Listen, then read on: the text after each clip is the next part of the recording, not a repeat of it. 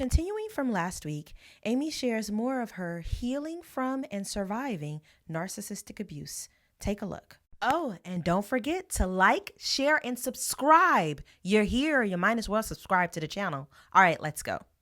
We just don't have to figure it. It's going to be rough for a little bit, for however long it's going to be rough, but we have to figure this out. Like I was just like, I said, I always preach over here, like you got to take a leap of faith.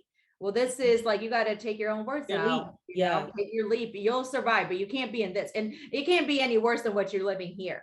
Come on. You know?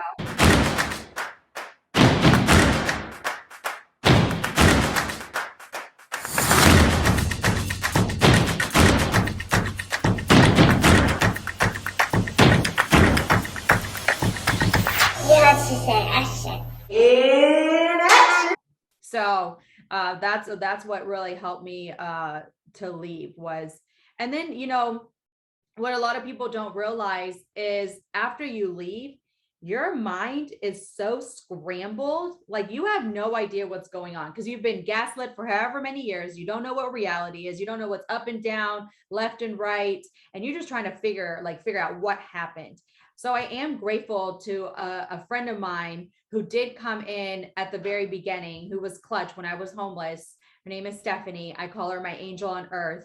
She actually let me stay at her apartment. I literally called, like God put her name in my ear because I had called the 3-4 friends who said they knew what was happening. And they said, if anything happens, we have a place for you. Like you bring Zen. And then they weren't there. And so I'm like wrecking my head of like, where can I go stay? And I called Stephanie and she didn't even let me finish. She was like, get your butt over here right now. Like, I got you. Like, she had her 3 kids, her 3 daughters, and they lived in a 2-bedroom.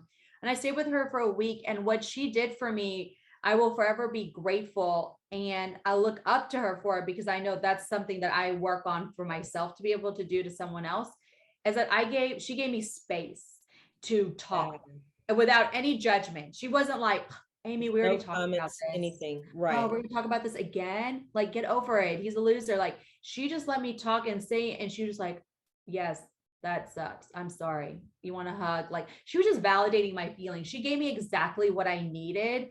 And so what people don't understand what's happening in that moment is that when you leave an abusive relationship, or a friend that's left an abusive relationship, they're trying to process and they are going to talk about it because they're trying to understand the sequence of events of like, how did it go from there to here?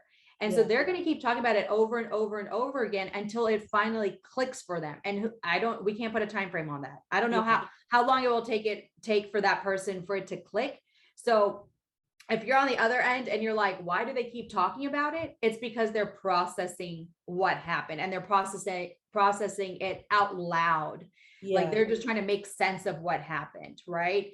And the best thing you can do is like, just listen and validate what they're feeling. Yeah. Like that sucks. That wasn't great. I'm sorry he did that to you. I'm sorry she did that to you. And that's all you can do. I mean, you can't try to make sense of it because it's not anything you can make sense. Narcissistic abuse doesn't make sense.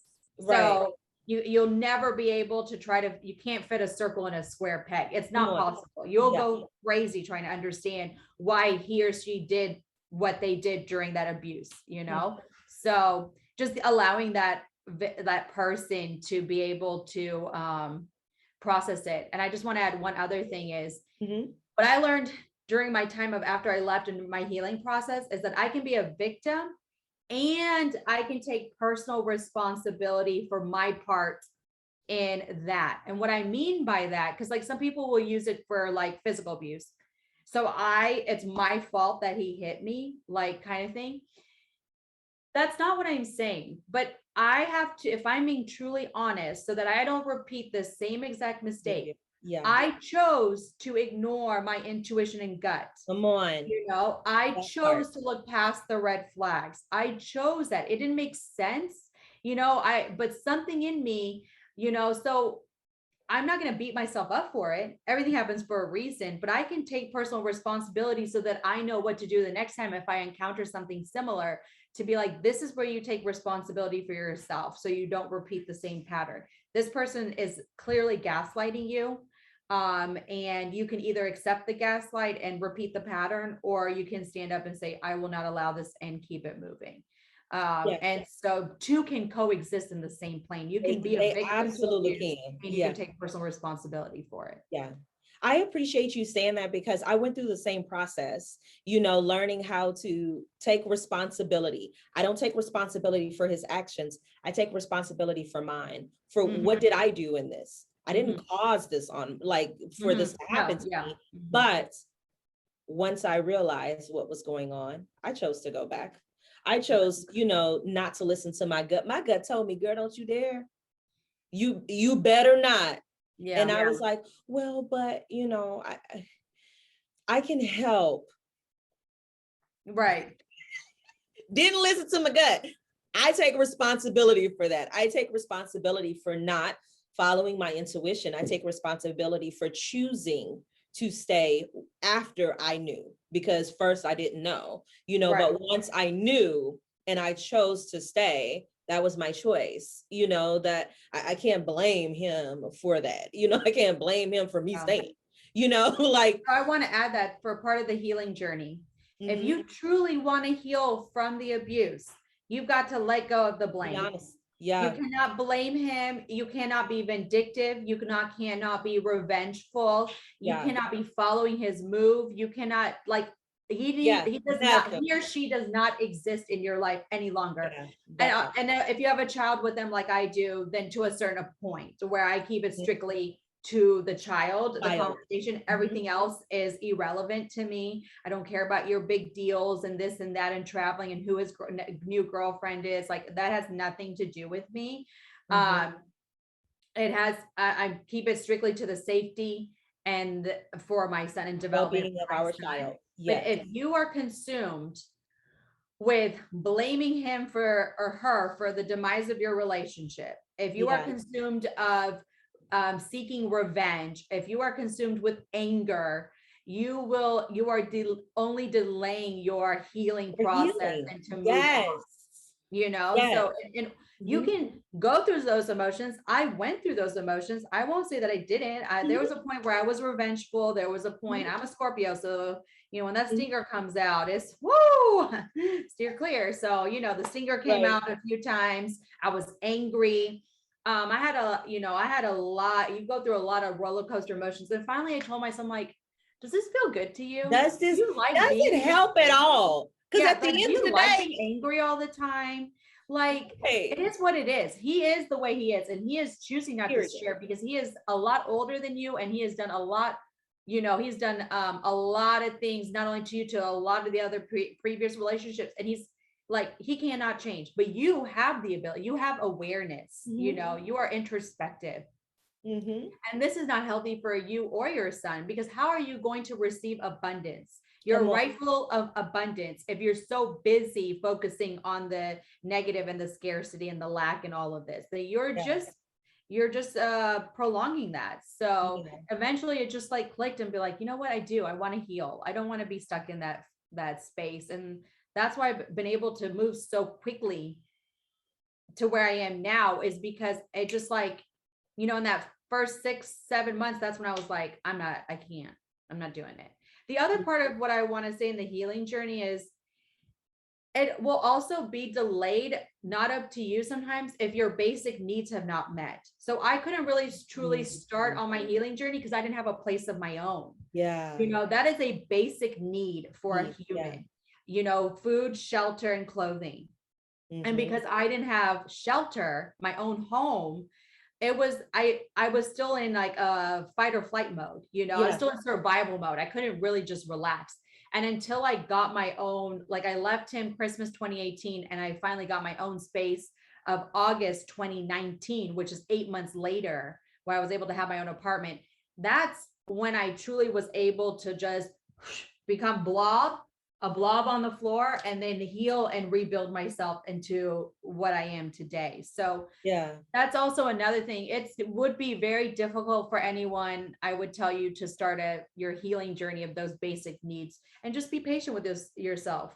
I would focus on getting those basic needs covered for yourself, so then you can start on that healing journey. There's no time limit on the healing journey. There's no time limit. And listen, you can have been out of the relationship for 2-3 years and still going through the healing process, give yourself grace. Yes. Because it's necessary for you to be able to get to the point of where God wants you to be able to thrive and start seeing more great things happening in your life. You have to go through it. And Yes. there is no time limit on it. And it's okay. Like it may be compartmentalized where right now you're going through the healing of, I just got to heal through my mind. I just got to heal through my mind, like, and then you start to go down the body and go through everything else. Like, but it's okay. It's okay. But I also want to add that healing, like being healed, is not a destination. I think what healing means to me is that when if I do get triggered, not if, when I do get triggered, because I will get triggered. Yeah.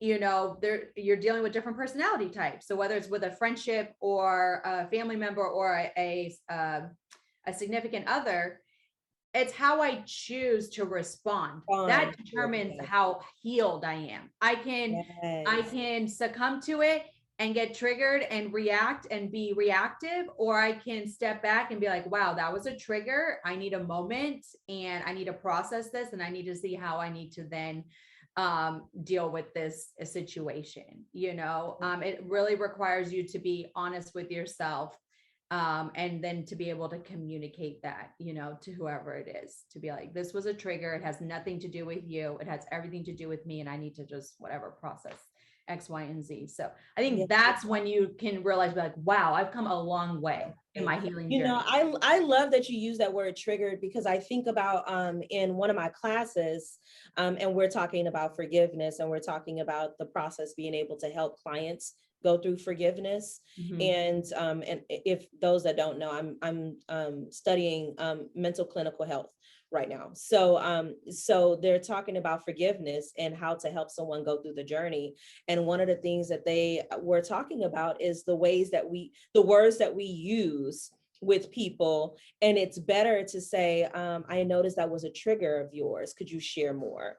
Or if you're the person that's going through something, recognize that it's a trigger and not an attack from the other person, because they may not even know what it is that they're doing. They're just having a conversation with you, but saying, I'm triggered right now, please give me a moment. And so when you said that word trigger, it made me think about that conversation we just had a couple weeks ago. Yes. Yeah. Really important to be like self-aware about that. And then throughout the whole journey, just giving yourself grace. Like, you went through a lot psychologically, emotionally, spiritually. So, don't compare yourself with other people of where they are in their journey, because we're all in our own chapters. I know it's like we hear this, but it truly is like, and we go through it all the time in different stages of our life. So like for me, I'm ready to go like full force, but I also have a young toddler, and he is my first priority. So as much as I would like to like put the gas, whatever it is, put the pedal on the gas, I realize that that's not the speed even though I desired it, I'm choosing not to go at that speed, because my first priority is my son. But then I'm looking at all these people and they're like, and I'm like, wait, they're not a single mom, or they don't have any children. They don't have like certain priorities that I have. And this is their time to shine, but I'll have my moment to shine too. Like they're, and it's fine. Like, so just constantly reminding myself, do not compare. You're on your own journey. Be kind to yourself like you would be kind to someone else who just went through a traumatic. To yourself. Yes. That's a big one. And, I'm thinking about your healing journey. And as you continue to process, one of the things I just want to say that I actually like really admire about you is your tenacity. Like you've been through so much, but you have been so relentless about, I'm not going to stay here. I will not stay in this moment. I'm going to continue to do whatever is needed to get to where I desire to be. And, you've been so tenacious along the journey to continue to move forward. And that has been such a blessing to me to just witness, because. I want to add to that. Go ahead. You said about moving, like not staying in the space and moving, which is like to, and moving on. But I also want to add, to be able to do that was in the beginning, I stayed in the negative emotions to understand it and process it. You know, I didn't be like, oh, I feel sad. Okay, I shouldn't feel sad. I need to be happy. I need to be happy. I need to be. And it's like almost like No, when yeah. you're driving and your car's skidding, they tell you don't jerk it back onto the road. You need to go with the skid and gently steer it back on the road. Yeah. And that's what we need to do with our emotions. I sat in my emotions. I sat in my sadness. I sat in my depression. I sat in my anger, X, Y, and Z. I sat in that and was really diving through the different currents of what I was feeling, my emotional currents, to be like, why do I feel like that? And sometimes it would be so exhausting that I would just sleep all day because it was emotionally exhausting and taxing to be going through. I felt like I was on a deep end threading the ocean water, you know? So if you're doing that for 30 minutes, it's exhausting. So I did a lot of sleeping and I cut out all the noise, like from everybody. I didn't talk to anybody.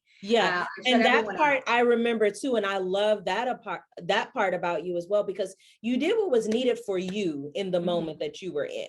You know, like you did what was needed for you, no matter what other people thought about it or, you know, what they had to say. It was like, this is what I need to help me through my healing, you know, as I'm healing.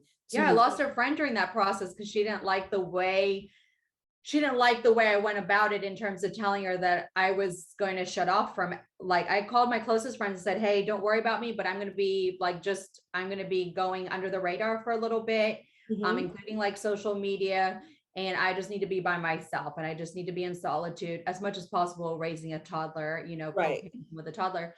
But I eliminated all communication with everyone, and she was upset. And we had a talk after that. And she was kind of telling me how I should have went about it.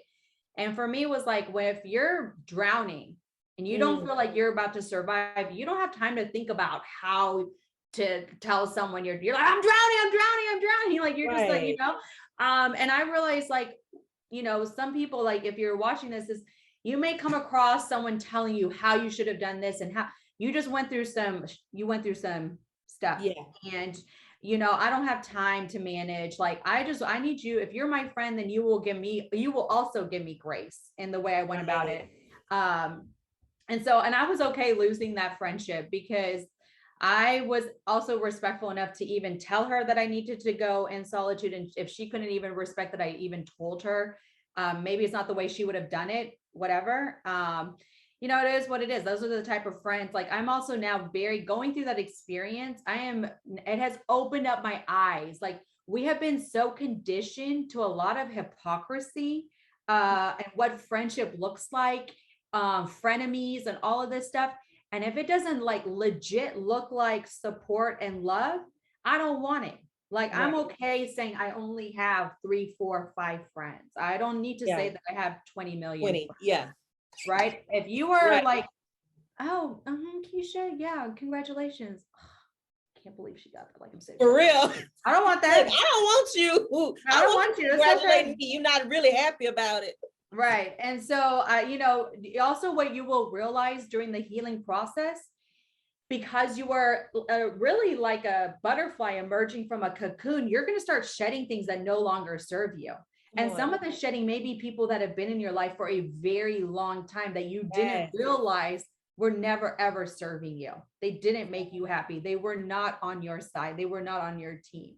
And some of those could be close family members, like parents, you know, or sisters or brothers. And it is what it is. At this point, life really is too short. I could pass away tomorrow. I want to be very intentional around the people that I'm around, with what I say, with what I eat, with what I do, with what I see. I'm intentional about all of those things. So I want to enjoy whatever time I have allotted here that God has graced me with. I want to enjoy that. So you gotta come on and say it.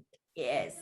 You know, so just realize that's also part of the healing journey. It's okay. You will shed some people. They don't fit anymore in this you're a new person. You went through so much, your brain has rewired so much that you can't go back to your old life. It doesn't exist anymore. And you don't want to go back there. You've learned so much about yourself. You know, you want to attract better people. Yeah. Listen, that was perfectly stated. Now, do y'all see why I love this chick? Like, I don't know. We're life partners. She is my heart, because she's so transparent with her journey, and the way that she does it, it's one of her superpowers to be so great while you're going through certain situations and not allowing it to take you out. It's just like, okay, like she said, I sat in the moment, I sat like in my feelings, being able to do whatever I needed to do, and actually like in order to heal. And through that, it has been, she may have not known that's what the outcome was going to be, but it has been such an inspiration for me, an inspiration for me, because when I see you, I see freedom. And there was a time where there wasn't that freedom. And so now being able to see that freedom, like even in an Instagram post, like it doesn't have to be anything big, just a smile, you feel it, you sense it. And it's very, it's authentic, but it's also contagious. I want to be free like her. There's something about her story. I gotta know it, because I want to be in the room of someone that chooses freedom, because it's a choice. Like we are all given it, but then, we go through different things in life, and you have to choose to stay on that journey and say, you know what, this is not serving me, so I gotta let that go, Everything and having no reservations about it.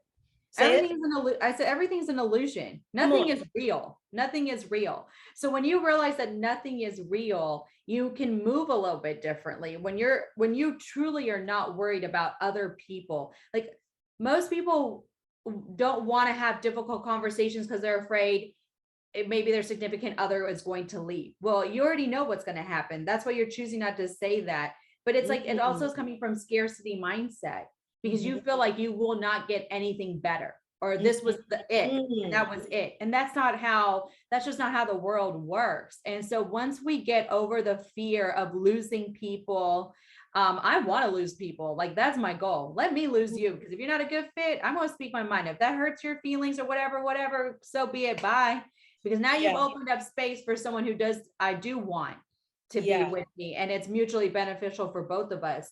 Like it's just a different way of looking things. But we get so caught up in not wanting to lose people, we don't want change, we don't want disruption, that you're shortchanging yourself from an amazing life that you can live, like something that you've dreamed of, you can have that reality. You can make that reality. You just got to let go of all the illusions, the fakeness. That's all really like the devil just putting the fear in your head. You gotta let go of the fear. You gotta let go of the fear. You gotta let go of the fear, because on the other side is freedom. It is freedom. Yes. And it really is freeing. It's freeing. Yes. And I love you so much.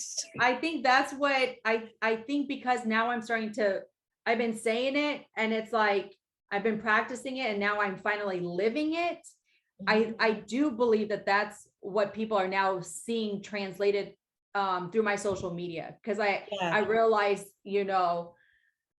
people have said those same comments. It's like, I can feel your energy through. So it's crazy, but you can see yourself go through social media and be like, this person's being fake. It's all fake. But then you're like, this person's real. I like this person. Like something about him or her. It's like, I like the authenticity of that. It's all the work that they've been doing, so yeah, I really appreciate you holding the space for me and for this conversation to be had. Because there's a lot of misconceptions around domestic abuse and narcissistic abuse, and we have to have these kind of conversations and make it normalize it. Normalize it. That's the big thing, and that's the reason why I chose to actually have the conversations. That's the reason why I chose to have the conversations, because we need to normalize it. People are going through it and they are suffering in silence, and that is not okay. Especially if we can provide some resources and some help, and to share, look, I've been through it and I've overcome, and so can you. And let me share with you some of the red flags that I've seen. Let me share with you what my journey looks like. It may not look the same, but just so you know that you're not in it alone. That's what's going to help more people actually choose to leave versus staying, and being able to truly become free. Yeah. So, and I think the other part is, once you have left, you have to ask yourself the hard question. This comes with the personal responsibility part. Why did I allow this? What is it in me? Am I a people pleaser? You know, was there abuse in my house? Like, what are the things that, you know, what happened in my childhood? What are the things that happened that you allowed that to? I had to ask those questions myself and answer them very truthfully so that I can get to a different space in life. You have to ask yourself this question. You cannot put 100% blame on him or her for the abuse. Absolutely. Yeah. Absolutely agree. Well, Amy, this has been such a phenomenal conversation. I truly appreciate you coming on, being transparent with your journey and sharing with people how you overcame narcissistic abuse. And for those that are looking for support and to help you through this process, the links are below. There's lots of information that you can find there. Also, the organization that Amy spoke about, the link is below as well. So please don't stay in it. Know that there's someone out there that's willing to help you come out of it as well. You all have an amazing day. Thank you so much for joining, Amy. Thank you. Bye-bye. Oh, this was good.